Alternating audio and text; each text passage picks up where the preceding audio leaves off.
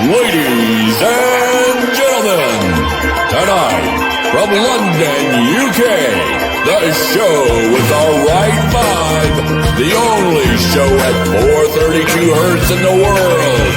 It's time for the Jane Miniati Project Show. Hosting the brave, the great, the unique, the only, John Marco Sana.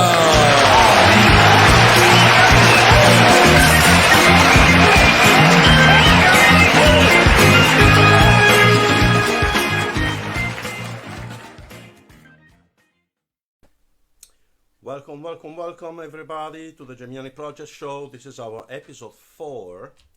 It's going to be in English, but I repeat every time. I mean, immediately after the show, we're going to upload the video of the show to YouTube, where you can actually choose the language that you prefer and use the subtitles eventually if you are not English speakers.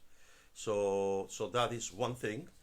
And if you like the show, you can place, can put a like on the video, and you can subscribe to our channel, so you're going to be notified every time that we upload a new episode. Another thing that I want to remind you, because it's in the banner anyway, because it's our reopening of the Gemiani Youth Orchestra, which is going to be at the Methodist Church in New Malden, in the High Street of New Malden. So it's going to be once per week. We are going to rehearse once per week for 90 minutes approximately, with a small break, so nobody gets really tired. And the peculiarity of the Gemiani Youth Orchestra is the fact that it's most probably the only youth orchestra at 432 in the world. So that's good, that's nice, I think. And nothing. So if you want to, we are going to collaborate with the local charities. So your kids eventually, if they come and they are interested to participate in this initiative, they're going to collaborate with the charities, and so we are going to help, during their events, giving this musical service. This is one thing. Another thing is that I want to point out is the fact that I've been invited to Santa Severina Castle master classes. They have many master classes. This is the banner for those master classes. This is the banner for that. And I'm going to give, travel restrictions allowing, I'm going to give a master class of chamber music at 432, obviously, as the Gemiani Project only does everything at 432. So we teach, we play, and we do everything at 432 hertz. That is the main thing of the Gemiani Project. Well, today we have a very special guest, and the mystery guest of today is Greg. He came to London. He's based in London, but he came to London at the age of 19 years old, and where early in his career he was recognized as a prodigious young player and a special, thoughtful pianist who produces a sensitive, beautiful sound. This is not bad at all, in my opinion. So with no further ado, ladies and gentlemen, Stavros Dritsas.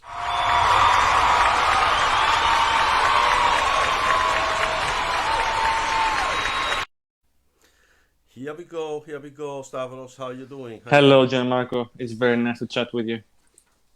Fantastic. Thank you so much for being with us. And, I have to say, it's quite a bit of a torture being with you today.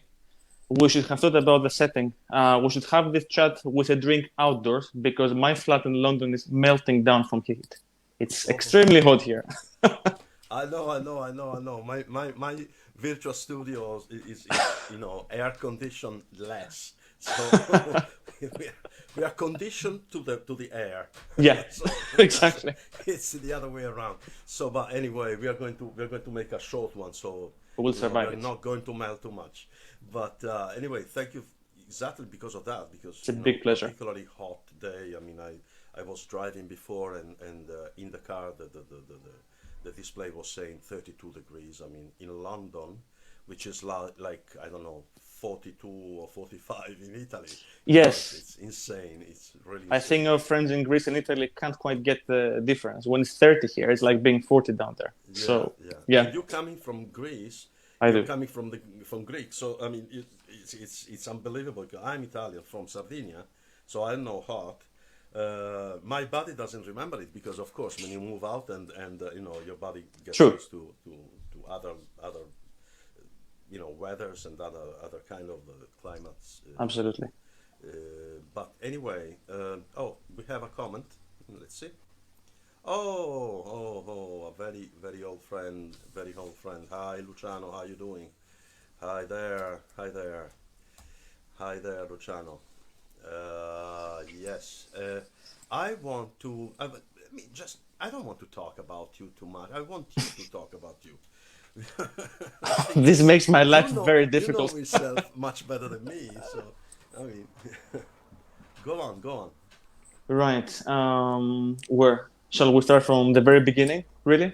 Yeah, I mean, because I was reading your resume, and you say that exactly it's unusual age because usually successful musicians, especially successful musicians, they start on a very early age, and you started when you were 12, I guess. So That's true. I started at 10, so not too far away, but yeah, but I mean, remarkable. Go on. Tell us, So, more or less. I Yeah. was 12, maybe something like 12 and a few months when I started playing the piano, but that was not my first musical instrument. The first one was the trumpet, which I took up when I was 10, without having displayed any particular musical talent. I was only assigned several hobbies and things to do because I was one of those kids that are too noisy and too active for parents and teachers to cope with. So everyone was like, well, just send Stavros to as many languages, sports, hobbies. So he will just physically get tired by the end of the day. So he will calm down a bit, which is why I took up my first music lessons as a trumpet player. And then by the age of 12, which is the entry age for secondary schools in Greece, I was advised that I should apply for the music secondary school of my region, Corinth, which is what my parents did for me. And I was quite happy in this option with this scenario. So I did apply for the school. I auditioned as a trumpet player. I got accepted.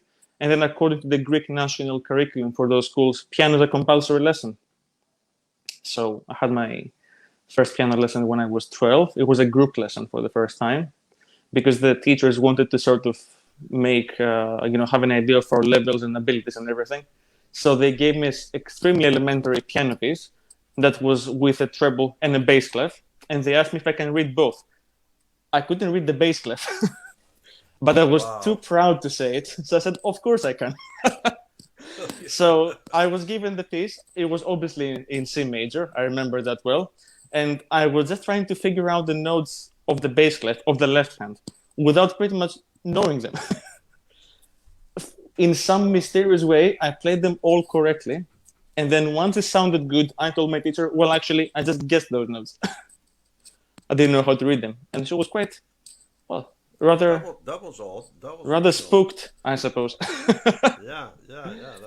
But That's it very just took surprising. one lesson for me to know that this is what I want to do in my life. And I know it sounds maybe a bit cliche or Yeah, I know, maybe but a bit cheesy, but sometimes it is. Sometimes that's it the is. way it happened. I knew it was very late. I was aware that most of my colleagues nowadays start around the age of 4, 5, 6, but simply there was nothing else I wanted to do. Good. Wait a sec, 'cause I'm reading. Oh, okay. Nostalgia of the Tube and Piccadilly Circus. Well, yeah. Just let's wait for some comments. That, there is. Right. There you go. There you go. Nice. but yeah, we have to wait for the reopening. So then maybe Luciano can join us somehow. Well, today marks the first day of independence in this country because all Really? restrictions are lifted. Yeah, I hope so. They reopened the sauna at the swimming pool, so it's a little bit, wow, That's a it's good sign. improvement, a little bit. But anyway, listen, I want to talk about your musical situation, because yes, you started, and you had your feeling about music and everything, which each one had in a different way, but obviously because otherwise we wouldn't be here. So, but what happens is that I was quite surprised. I mean, in a good way, about in recognition of his achievements. The Gina Bachauer, I hope that I'm pronouncing it well, Completely. International Music Association awarded you the Young Soloist of the Year award in 2019. Is that correct? I mean, That's right. that's very interesting. That's very good. Congratulations. You've Thank been you. playing throughout Europe, in France, Germany, Belgium, Greece, Russia, United Kingdom, Italy, and Latvia, in venues like Barbican Center, the Tchaikovsky Conservatory, the Elgar Room of the Royal Albert Hall, the Scriabin Museum, the University of Bonn, Teatro Sperimentale di Ancona, and St. James Latvian National Academy of Music, Palace of the Knights in Antwerp, and the Athens Megaron, right? Good. That's right. These are the highlights Very good. in Very many good. ways. Very good. I want to show some pictures, so you can tell us what these pictures are about. Yeah. What is Sure. this about? Ah, that's a funny one. I shouldn't have sent you those. Why? I have a very funny relationship with photos in general. I hate being photographed. So I you're a believe little I bit. am I don't terribly know if you know unphotogenic. the city's Friends, but if you know Friends, Chandler. Yeah. Yeah. And he Ah, goes like interesting. this every time he has to do that picture. He goes like, I'm pretty much the same. But yeah, yeah. I So, was but never told where that. is it? Where is Well, this this one? particular photo is in the city of London. It's at the Barbican estate, and I remember Oh, why I okay. took it. I was just given a date with the Toronto Sinfonia, which would mark my Canada debut. Even in Toronto, I would play with the orchestra, and I was told we need you to send us some publicity photos as soon as possible. And I realized that all my pictures were from when I was 10, 15 kilos lighter, so I wouldn't look much like myself. Yeah, So few I had to kilos arrange, ago. yeah, Few kilos ago. few kilos ago, another Yeah, lifetime I experienced the same. I experienced it. What about this one? from Same the same period. photo shoot. Yes, Yeah, yeah, yeah. Okay, pretty much same kilos. okay. Okay. What about this one? What about this one? This one is from the Teatro Sperimentale di Ancona, Ah, which is a wonderful theater. Ancona itself is wonderful. The concert was quite a memorable one. It was organized by the Hellenic Institute of Cultural Diplomacy, which has a branch in Italy, and the headquarters of it are in Ancona. And I was invited with a Greek Cypriot soprano. Her name is Katerina Mina. mm, And it was a recital of both solo works and works for voice and piano. And the theme of their concert was women in music. So it was a tribute to Maria Callas, to honor our Greek origins, and to Clara Schumann. wow, fantastic, So fantastic. each half was dedicated to one of these two great ladies. It was a lovely concert. I have really fond memories of it. Good, good, good. What about this one? Well, that's many kilos ago.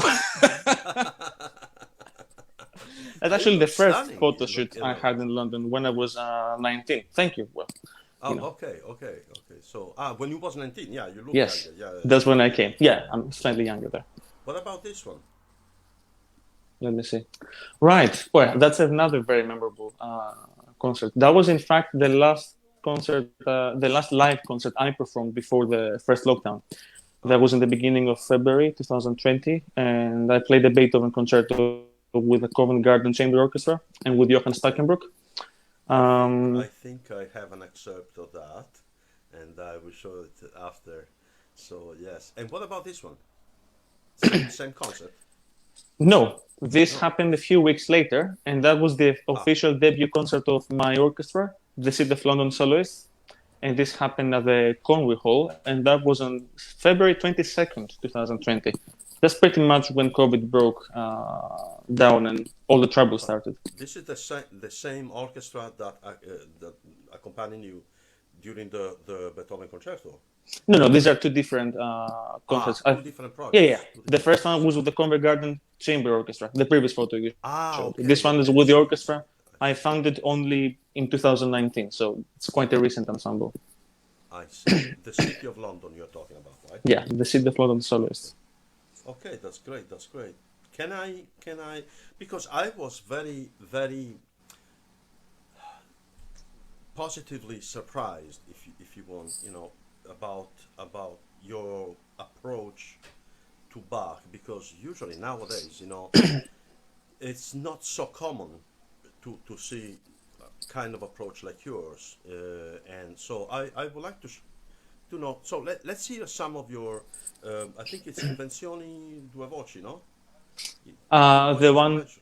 This one is actually the toccata in E minor, the one I suspect you want to play. Okay, let me check.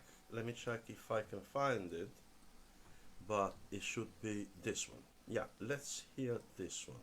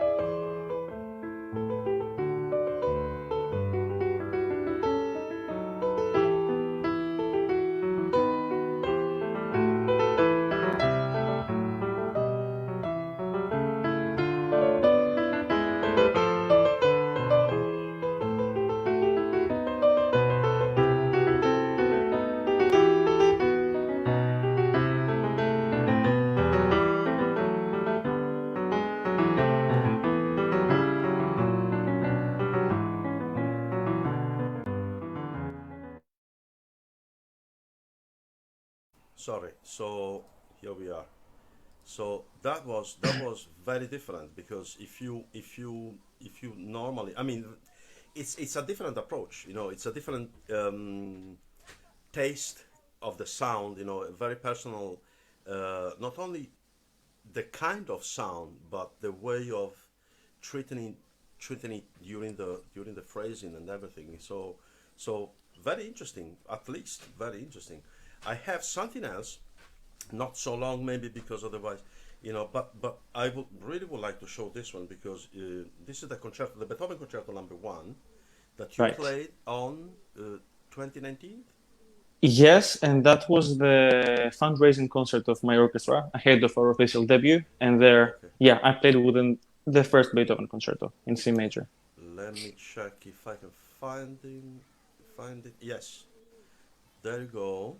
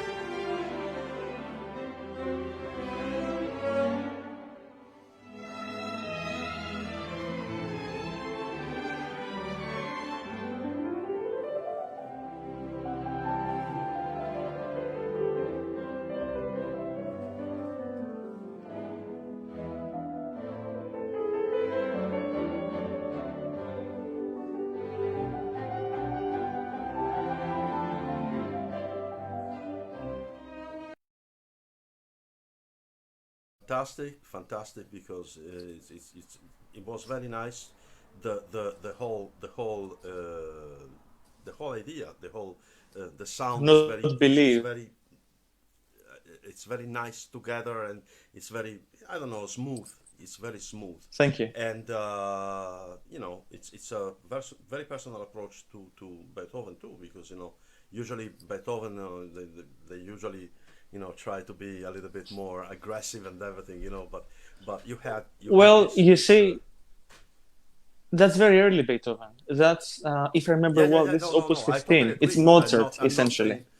saying I'm not saying anything. I totally agree with that, because it sounds almost Haydn, Yes, or Mozart, it sounds 100%. like that. So I totally agree. But even so, sometimes I heard some other pianists that they are a little bit more. That doesn't make it better or worse. I mean, it's just a different approach. I like yours, so it's okay. So I think that everybody enjoyed that. Um, I have few questions. Well, of course, yeah. You collaborated with many important names and master classes. Wow. Okay, it's like endless. But I would like to have your opinion about few things, and those are the hot questions. And so we don't have any new comments. No, so we're good. We are good. We are good. So, what I usually ask my my guests are a few hot questions, and they are, what is music? I mean, with your words, how if I would be 5 years old, I mean, of course, I mean, if you can give me your adult, answer, but I would like also to hear your 5 years old answer. Like if you have to explain me something, like I'm. I don't even, I don't have an idea about what music is. What would you answer? Okay, so let me give you the answer you're looking for first. I would say that music is translating our feelings, thoughts, ideas into sound.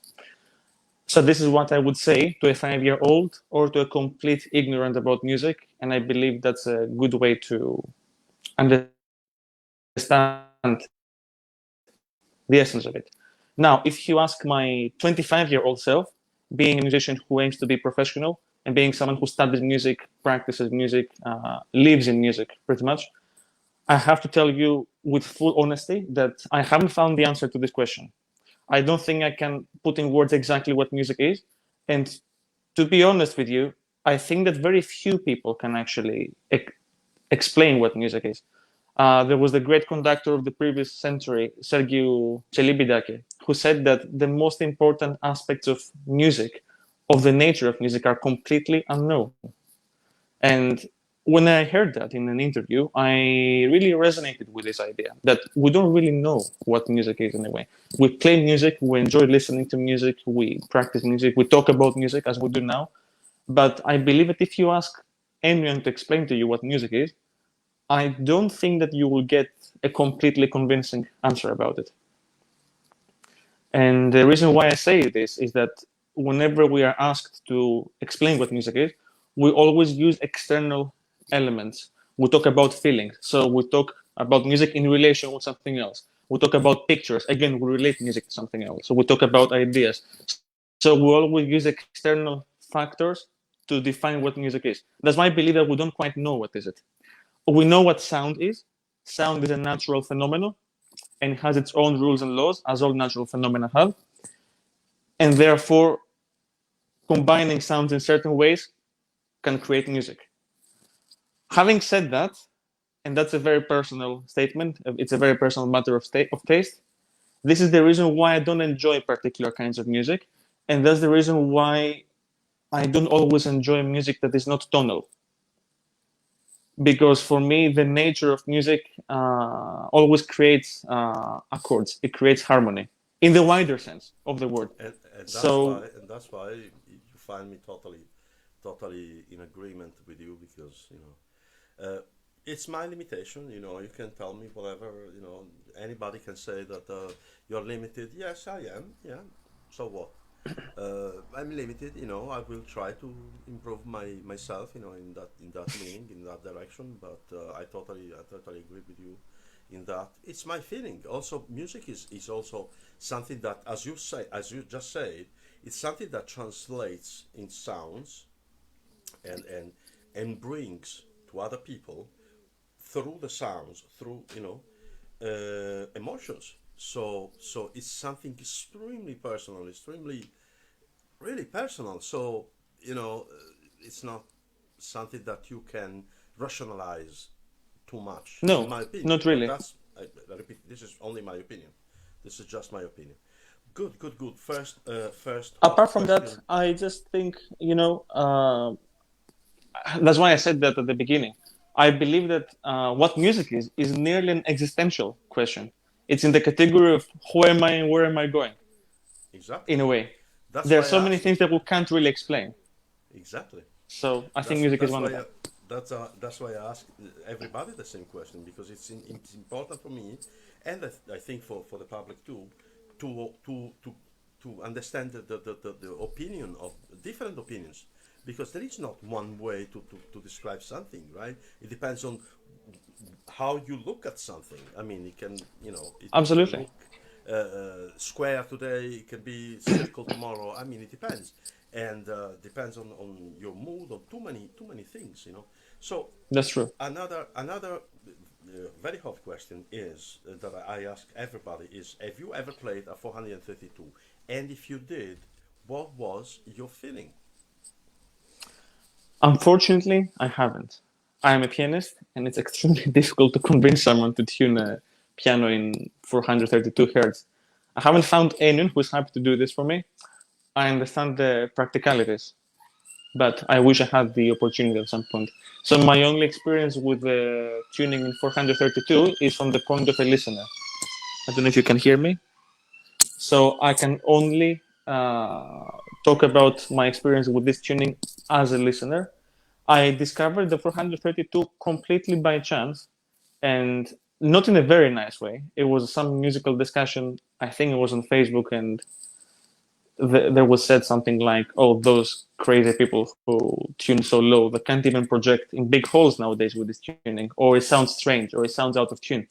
And I just thought, well, is it so bad? So I went on YouTube and I just typed classical music 432, and the first video that came up was a recording of Andras Schiff, the great Bach player, who was playing the Goldberg variations at the Royal Albert Hall at the Proms, and someone had remastered it down to 432. So the original was, of course, in 440 or 42 or 44, whatever that was. But someone had the brilliant idea of moving it down to 432. Of course, because the sound was remastered, I cannot say that this was the real thing. But still, musically speaking and instinctively speaking, listening to the Goldberg at 432 made much more sense to me. If I can put it in a single way, it just sounded natural, and I was impressed by the feeling of it. Yeah. No, I mean, I didn't want to interrupt you, but of course, you just said it. So it's not the same because when you retune, you're taking all the series of the harmonics that you produced when you were playing a 440. So you're not actually getting the whole Exactly. harmonics and third part of the sounds that you produce when you actually play a 432, which are totally different. And Of course. but it's still it's better because for me it's better. But yeah, that's good. Would you? I mean, then I think we knew each other since that Facebook conversation because I get in somehow because we were we Maybe. were we were we were in a group and I said, but hey, but have you ever played a 400? No, but I liked, and you answered, but I would like to, and blah blah blah. Then we met each other and we had a coffee and That's true. and here we are. But That's true. that was funny. That's good. That's good. So, what do you think of music nowadays? in general. I mean, of arts, yeah, of course, in music, about music because we are musicians, but more, also more in general about arts and education about music and arts. Um, I'm very concerned in a way. I'm very concerned because I feel that both in arts, but also in education, and also wherever these two meet, education of arts and everything, music, theater, whatever that may be, I feel that we pay less attention to what really matters, and we pay much more attention to what is of secondary importance. This can extend to many different things, and it has a social aspect, it has a financial aspect, it has a cultural aspect, most importantly. It has an aspect of quality. And what is quality?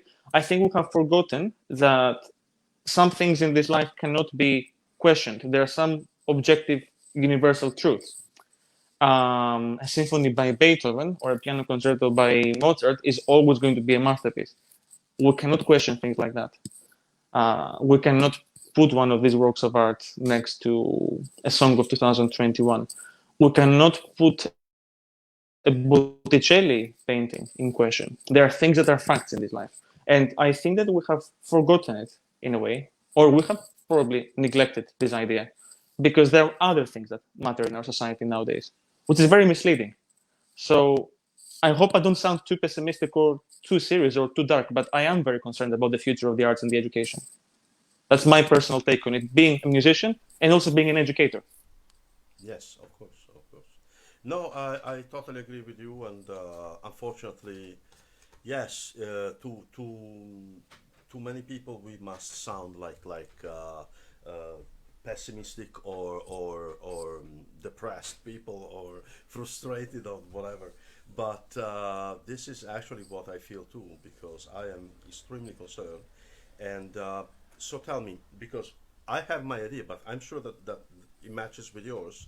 But I want to ask you a last thing.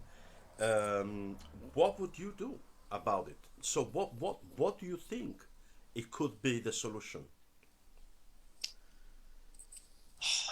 I'm afraid that what I can do about it is very limited and very small.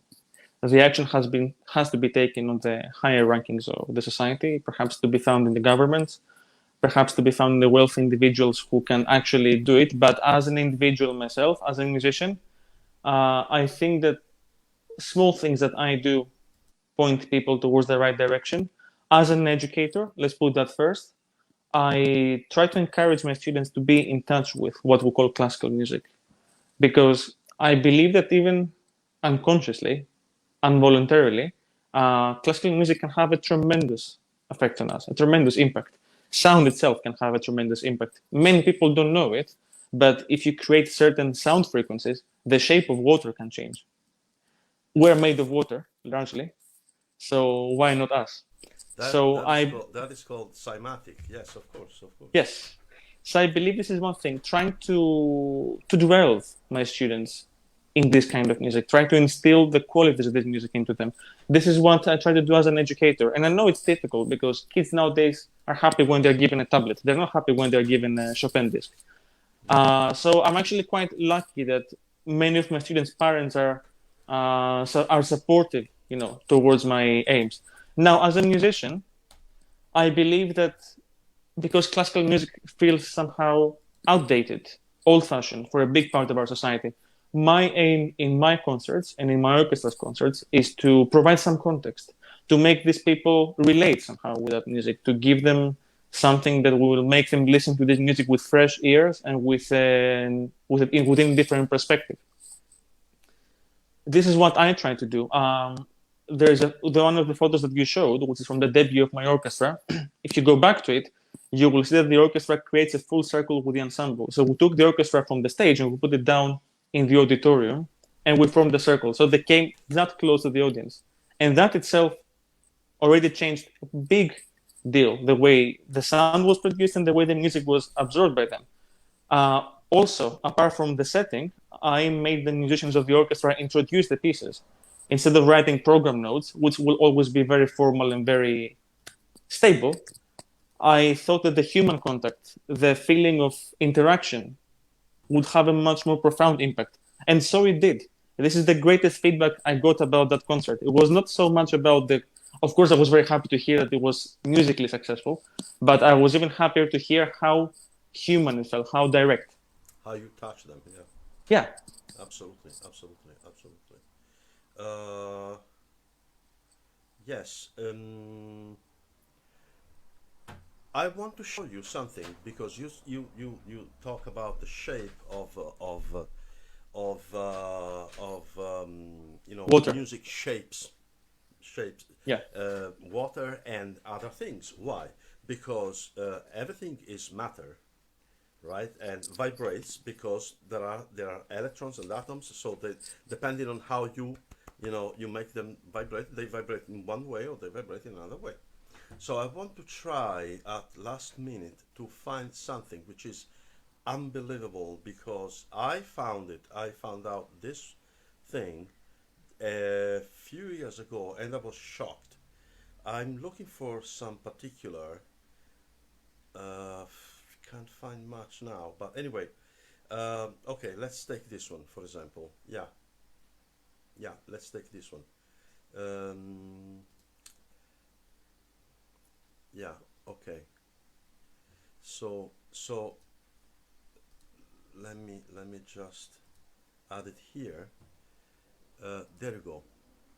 So there is one church in Edinburgh, close to Edinburgh, which is very important for other meanings and for very very old traditions and meanings, very very old.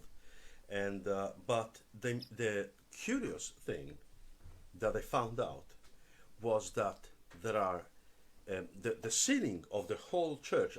Wait, because I have other images, uh, so you can actually understand the full amount of this. The huge thing that this is. Yeah, chapel. Yeah. So there you go. So and we can see it. We can actually. What is it? There you go. Okay.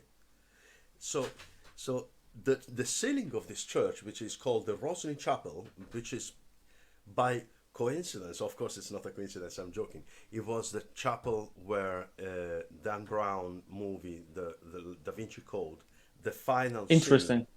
when Sophie was reconnected with the Prior of Zion, so their protectors, her protectors.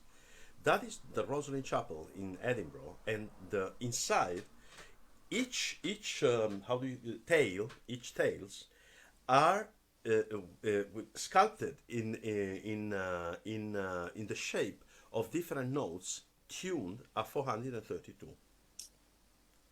So, and Interesting. this is just one particular. Where is it? Look, have a look. Okay, Wow. this is the whole ceiling. This is the whole ceiling. Each one of these tails has different shapes, and the shape. Oh, okay. I think we lost our guest. We lost our guest. Device. Okay, okay, okay. There we go. You. Yes, yes, yes, yes, The yes. meeting threw me out. I'm here. Yeah, it's okay. It's okay. Yeah, This is so impressive. I didn't even know it exists. yeah, yeah, yeah, yeah. This is unbelievable, and apparently, I'm still waiting for the results because I'm extremely curious about that. But they they mm, they created how do you say that a staff, a group of musicians and experts about this topic to understand because they actually think that is a musical piece. So which it's like a piece. It's So like they're trying to decode it. exactly. So they're trying to actually write down the music.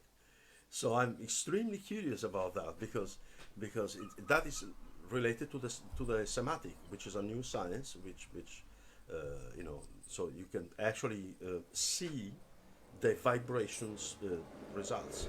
So Well, that's then there really must be a reason why the Da Vinci Code last scene was produced there. that's my It's quite point interesting, actually. exactly. That's my point. Uh, I will bother you only for two more questions and that's it. I promise. I promise. But uh, uh, do you think that classical music is suffering lately, or do you think it's just a moment and we can actually go through it? How do you see classical music? I see classical music as a patient who is near death in the intensive healthcare unit. That's exactly the way I see it, unfortunately. We live in a time that image matters much more, and the whole image, the whole visual game has been taken so high.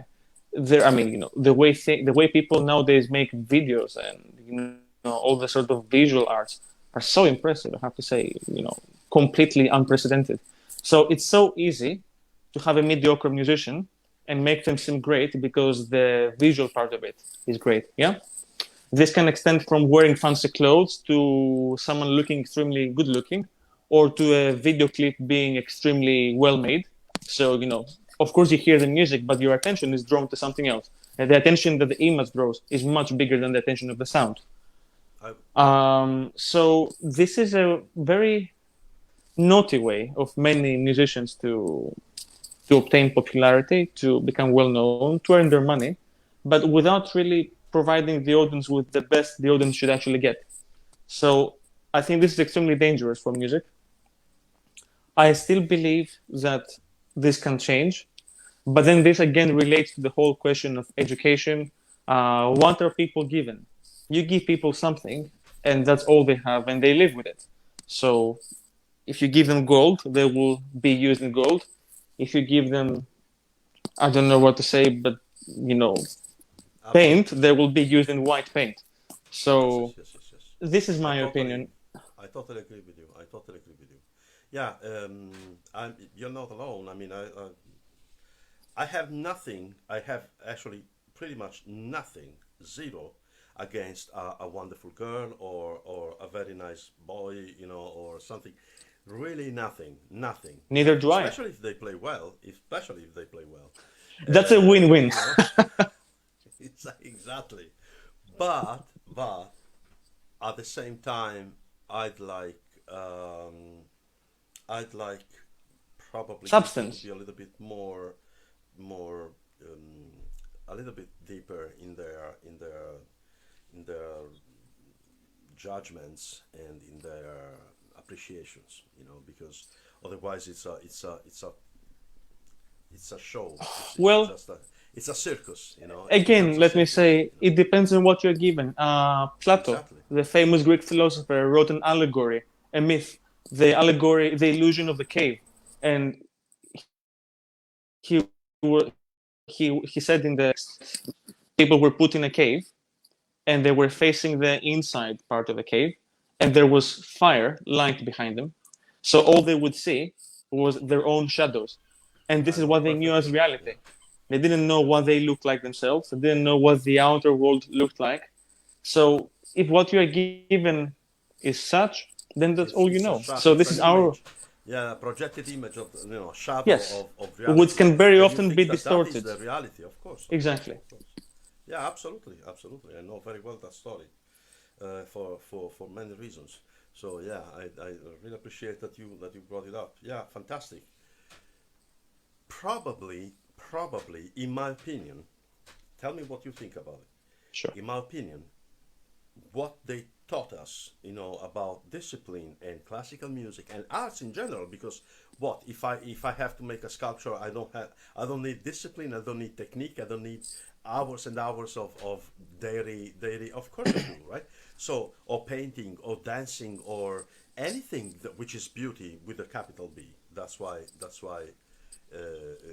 we created the beauty tour, which unfortunately we can't start until they will lift this nonsense travel restrictions. But anyway, so probably, in my opinion, a government would should take care more about how to teach kids since their youthness, their very early age, and that's why I congratulate very much my colleague and friend Alberto Sanna, which I salute. Say hello, big hug to him and to all his family, because he has a very very important project, and I will be very happy to have him as a guest in my virtual studio one day, very soon. But he does this early age music education, because that is the secret. If you look at Antonio Abreu in Caracas, True. peace to his soul, because he was a genius, and that was a real Illuminati, enlightened. That was the real Illuminati in the good way, not in the bad way, like some, unfortunately, too many other people. But he always said, and he was successful because he had a government backing him up, And he said, if each village or town or city, whatever, if each center would have his orchestra and his choir, the world would be totally different. The world would be different, because you would be teaching something beautiful, and it's extremely difficult for a person that is being given beauty every day, to become a criminal, to become a killer, to become a rapist, to become anything bad. So it's he actually saved many lives, many lives. And Gustavo Dudamel, which I really hope that he The most famous product of this. is one of the product of that. And who can say that this is bad? I mean, this is really good. I mean, in my opinion, we have to turn the governments into the attention of this, because it's not only producing cars and TVs and technology, and it's this. We are at the center, not the things that we are making. It's the other way around. So, but anyway, that's my opinion. It's interesting. It's interesting that you brought Venezuela and Abreu as an example, because Venezuela is one of the countries with the highest criminal records ever in the history of humanity. And kids were literally saved out of being young criminals. And El Sistema. And having said this as an example, I suppose that all of us have many things to judge Soviet Union for. Yeah. But the educational system of Soviet Union the music educational system of Soviet Union was such that no one can question the superiority of it. I don't think that in terms of music there was ever a more complete, excellent system of educating young musicians. And again, you said this, governments should take action. Absolutely. The government did take action in the Soviet Union. They knew that because of their path they had chosen, they couldn't give lots of food and luxuries to people. But what they did instead was provide those people with the things that really matter in life: excellence in arts, excellence in science. I was surprised when someone told me, an ex-Soviet citizen now, someone who is old enough to have been first Soviet and now Russian, told me that lots of houses didn't have bread to eat, but all houses had a piano. Yeah. Evgeny Kissin, the pianist, gave an interview, and he was saying, extreme, but yes, but I totally agree with the it system. was extreme, but it was true. I suppose that lots of us can survive without champagne and chocolate, but Absolutely. maybe a piano is actually a bit more important than that. Exactly. I say this being a lover of champagne and chocolate, but I couldn't possibly replace this with them. Yeah. So there are things that matter more, and there are things that don't matter that much. Yes, I do believe that it's the government's responsibility. Also because in a way. we are so small that even if you have a big project, I mean, you need so much money and so much involvement. In the whole thing should be so big. Well, you see, it shouldn't be a question of money. A squad of people, It really shouldn't be a question of money. You have a football match, which means that you have 22 people in a stadium, and there are 22 people who kick a ball, and this can generate millions in one single event. For an orchestral concert, you can have up to 150 people or 200 if you have a chorus as well. Yeah. And because of the capacity of it, you can maybe generate a few thousands in the best of circumstances. Does this reduce the value of the concert, or does that increase the value of football in our society? No. Art cannot be judged, calculated, executed in terms of money. We need lots of money to make good art, so it should be out of the question. It should just be provided, maybe taken from something else. Yeah. But that's the way it should be. I mean, let's be clear. We have nothing against football. I love football, and I'm sure I love football as well. Too, I'm sure, but that's not the point. I mean, can be football, can be anything, any other. Can be anything. Can be the Eurovision contest, which is music. Anything. Can be anything. We don't have anything against, but either. At the same time, we're just saying that probably if it's possible for other things, and we are sure that it's going to be possible for real things, because actually arts are the main, the highest expressions of human being. So if you cancel the arts and you don't take care about the arts, then you're not taking care about the human being, in my opinion. So that's my opinion. You're breaking up. Your video is. I know. I wonder why. Breaking up. You're coming back now. Maybe. Hopefully. Can you see me? I can hear. Okay, perfect. I see you moving a little bit. That's interesting. If now, I think it's a moment of connection. Back connection. Okay. We have a new comment. Thank you, Antonello Manca. This is his love for Grande maestro. Manca, for both of us. So. Yes, fantastic. Stavros, why do we play music? This is difficult. The question of the 1 million, as we say in Greece. Go on. Sure. I can only answer for myself. It was absolutely a calling. I felt that I had to do it. I enjoyed doing it enormously. It has become less of a joy over the years, because the more advanced you become, the harder it becomes. So playing is a joy, practicing is proper working. Yeah? So, but the joy of music is still there, and I try to see my practicing as a time of discovery. The joy, for the sake of it, has been reduced, as I said. But living in music, for me at least, is something absolutely essential. As I said, I couldn't do anything else. And nowadays I cannot even imagine my life without it. I have tried a couple of times after I graduated from high school, or even recently, where many things were questioned because of the pandemic, one of them being earning your living through music. I tried to imagine myself in different settings, doing different things. And I can tell confidently that there are a few things that I could do pretty well and earn a decent living out of them without suffering too much. But I just cannot imagine not doing music for a living. So for me, this is why I play music, because I cannot do otherwise. And I believe that if you ask every single musician, they will give you a very similar answer. Otherwise, they wouldn't have been musicians in the first place. Yeah. I totally agree with you. Yes, it's pretty much the same answer. But it's interesting to see each different musician, answering a little bit with his personal, side of the situation. So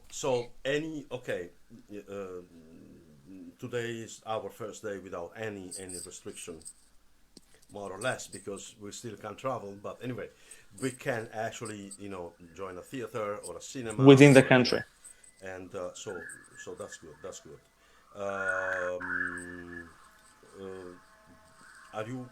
Do you have any concerts, any dates? I mean, I know it's a tough question, this one, because we are coming out from a very tough situation, so probably you won't have any dates. I don't know. I'm asking. I try to be proactive with dates, so I have quite a few provisional dates for 2022. One of them including a provisional tour of my orchestra through Greece and Italy, coincidentally enough. some concerto dates here in Greece, in Cyprus, some recitals here and in Europe as well. But as you very well know, these are just great expectations for the moment. Things are in place. I hope they will happen. If not, they will have to be postponed. But I do have some dates to look forward to. Fantastic. I'm sure that you put those dates on your website, right? My website is under construction right now, so everything will be on there in due course. Yeah, it's meant to go on air on the 1st of August. Oh, so can I show it? Can I show your website? I don't think you can find it yet because it's still, I'm working on it. No, I know. At but the moment, I just it's show still locked. the address, so they can eventually go to check when. Of course. From 1st of August, right? Yeah. Fantastic. So this is your, right? StavrosDritsas.com, right? That's right. Fantastic. That's correct. So, Stavros, great to have you here. Okay. We have Vilma Hollander. I heard let's see. Let me check this one. Let me check this one. Wait a sec. So I'm still learning. I'm getting better, but I'm still learning. I heard Stavros playing by accident in a local event. I have no love for classical music, but the moment he touched the piano, it touched my heart. Wow, he's an unbelievable good musician and grand maestro. Love from Greece. Fantastic. So, wow. I suppose Vilma refers to a recital I gave in northern Greece in 2017. It was a full moon concert. And I gave a solo recital literally on the mountain when there is an ancient Greek-style amphitheater from where you can see the Aegean Sea as well. So it was a beautiful scenery, and I felt very inspired myself in that performance. And Vilma was there, yeah. And she got in touch with me after the concert on Facebook to say that she was touched, and I'm very touched to read her comment now. Fantastic. Thank you, Vilma. So, thanks to Vilma Hollander. Fantastic. So, and thank you because you have been a great guest, and it was a pleasure to have you here. And we don't want. Thank you for the invitation. No, absolutely. I hope that you Not at all. very soon we'll come back with more concert dates and more updates and more projects. Absolutely. And news and so we'll stay in touch in order to have you back here as soon as possible. So it has been absolutely a pleasure, and thank you so much. And this is our virtual applause.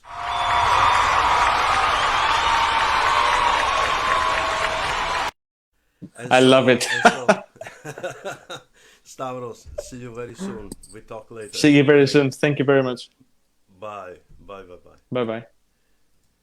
So thanks, Stavros, which was fantastic having him here, and we are on our final few minutes of the show, because I still want to show you something, because as you saw,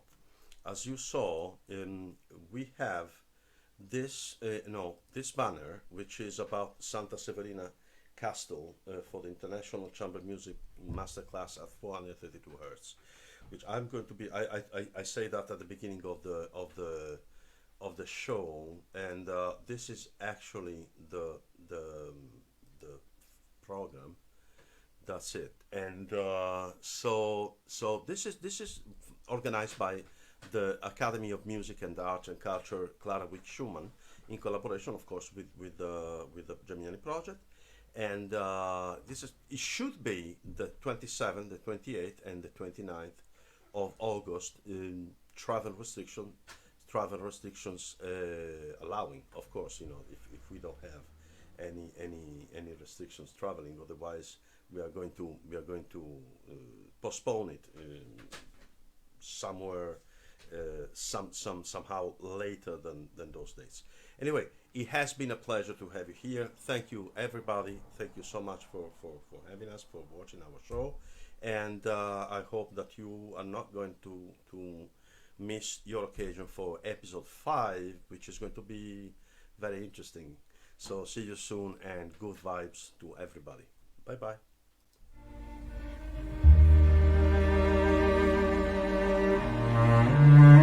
Thank you.